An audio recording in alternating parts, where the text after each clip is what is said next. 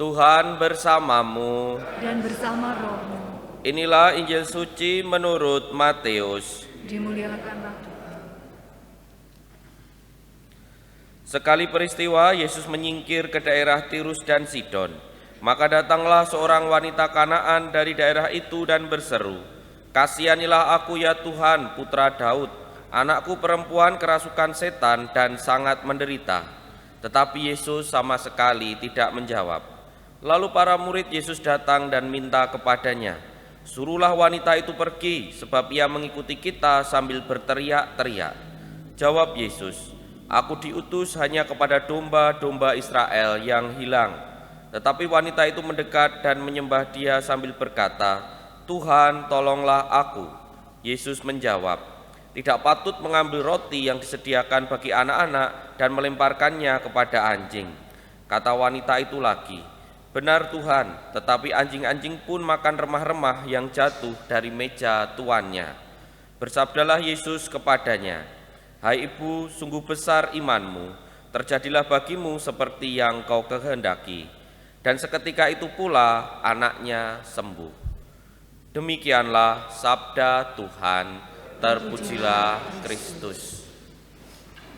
Pak Romo, Bruder, Suster, Bapak Ibu, dan saudara-saudari yang terkasih dalam Tuhan, kisah Yesus dengan perempuan Kanaan ini dalam Injil Matius ini mungkin kalau dibaca di zaman sekarang kemudian menjadi kisah yang ya biasa saja. Maksudnya biasa dalam arti tidak menimbulkan suatu hal yang kemudian memantik pertanyaan atau menimbulkan berbagai pertanyaan. Mengapa? Karena kondisi soal ya ke Yahudi, Israel, Kanaan dan lain sebagainya itu zaman sekarang kan tidak terlalu seperti dulu. Kalau dulu itu kan minimal zaman Yesus ini masih sangat kuat pembedaan antara aku orang Israel, aku bukan, dan lain sebagainya. Dan itu juga termasuk soal keagamaan. Kalau kita mau mengingatnya, orang Yahudi dan orang Samaria tidak saling bergaul misalnya seperti itu. Dan orang-orang Kanaan ini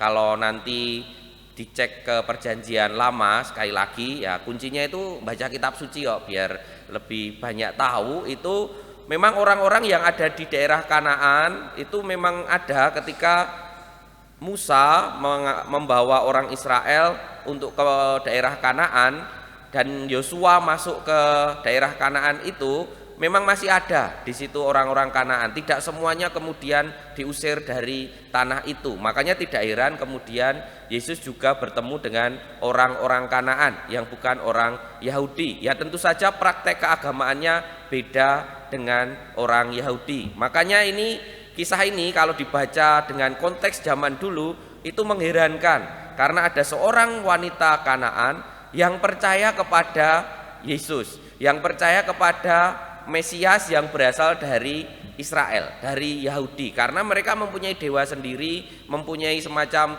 Tuhan sendiri dalam tanda kutip tentu saja. Maka inilah kekasan kisah ini, bahwa Yesus pun memberikan keselamatan kepada orang-orang yang di luar Israel, di luar orang-orang Yahudi.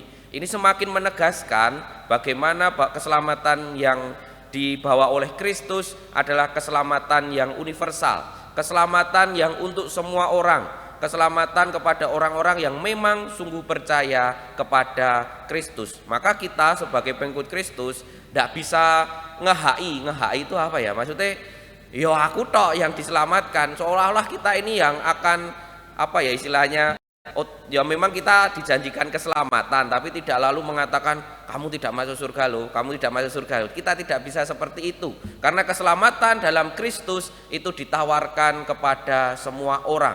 Hanya orang-orang itu yang ditawari itu mau tidak datang kepada Kristus, percaya kepadanya dan menjadikan Kristus sumber keselamatan. Tetapi kalau keselamatannya ya untuk semua orang, kita diajak untuk menyampaikan itu.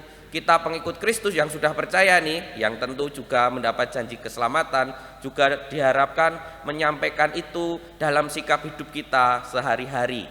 Makanya kan Gereja Keuskupan Agung Semarang mengajak kita bersifatnya itu inklusif, sikap yang inklusif, percaya kepada Kristus, tetapi juga sekaligus terbuka dan bekerja sama dengan pemeluk agama yang lain. Terus menyampaikan kabar gembira Kristus. Kita diajak untuk tidak eksklusif. Eksklusif itu berarti tertutup, seolah-olah hanya kita sendiri yang kemudian berhak untuk mendapatkan keselamatan. Semoga sikap inklusif ini, sikap terbuka tetapi sekaligus mempunyai iman yang kuat, sungguh-sungguh ada dalam hidup kita, dalam kehidupan kita sehari-hari, sehingga warta tentang Kristus semakin tersebar dan keselamatan yang ditawarkan untuk semua orang ini juga disambut dengan baik oleh semakin banyak orang. Mari menjadi agen-agen pewarta keselamatan ini. Mari mohon kekuatan dari Tuhan. Kita hening sejenak.